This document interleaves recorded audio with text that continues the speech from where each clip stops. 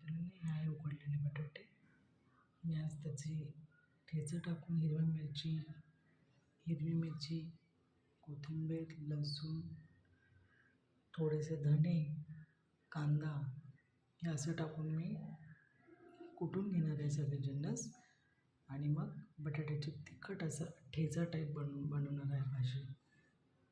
तर मग चला सुरू करूया. अगोदर मी हे सगळं साहित्य खलबत्त्यामध्ये कुटून घेते. कुटल्यानंतर साधारण अशा प्रकारे कुटायचं आहे. सगळं मिक्स होतं त्याच्यामध्ये. धने, कांदा, आपली कोथिंबीर, हिरव्या मिरच्या, लसूण हे सगळं कुटल्यानंतर असं मिश्रण तयार होतं. आता आपण त्याला फोडणी देऊया बटाट्याच्या भाजीला. पॅन तापवून घ्यायचं आहे. त्यात राई टाकायची, थोडीशी हिंग टाकायची आहे, कढीपत्ता टाकायचा आहे. नंतर आपला पिकलेला पूर्ण मसाला त्यात टाकायचा आहे. सगळे हिंग चांगलं एकत्रित करायचं आहे.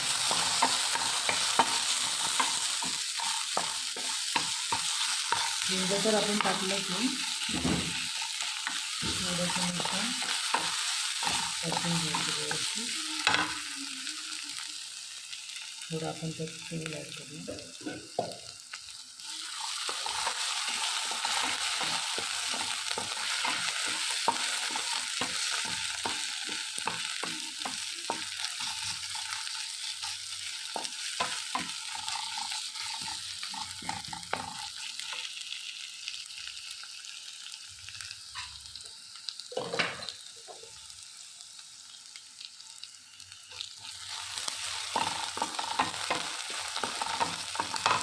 आता एक थोडंसं आपण मीठ घालणार आहोत. मीठ आपल्या चवीप्रमाणे, तुम्हाला ज्याप्रमाणे लागेल.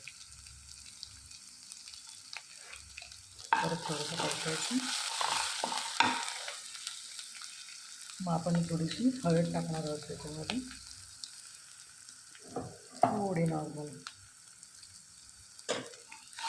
आणि परत परतायचं. आणि आपण उकडलेले बटाटे त्यात सोडणार.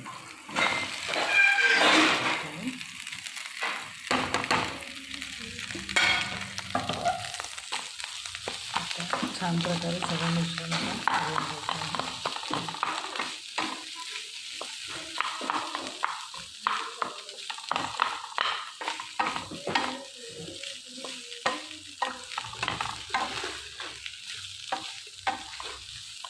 आपण नॉर्मली कांदा, हिरवी मिरची, लसूण नॉर्मली करतोच,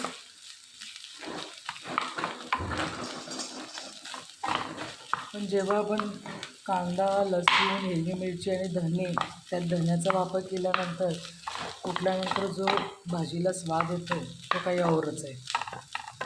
त्याच्यामुळे तुम्ही हे जरूर ट्राय करावी.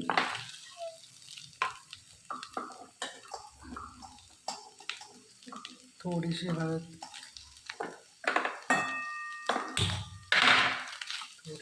आपण अजून घालू.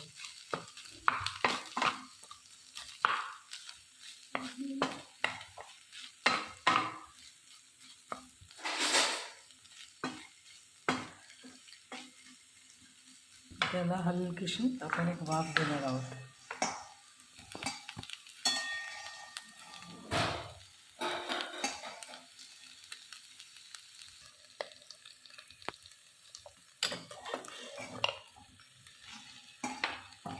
एकच वाफ द्यायची आपण. आता आपण झाकण काढून बघू. थोडीशी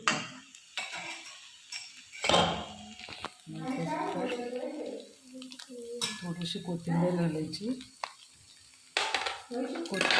कोथिंबीर घातल्यानंतर परत ती भाजी छान प्रकारे अशी परतून घ्यायची.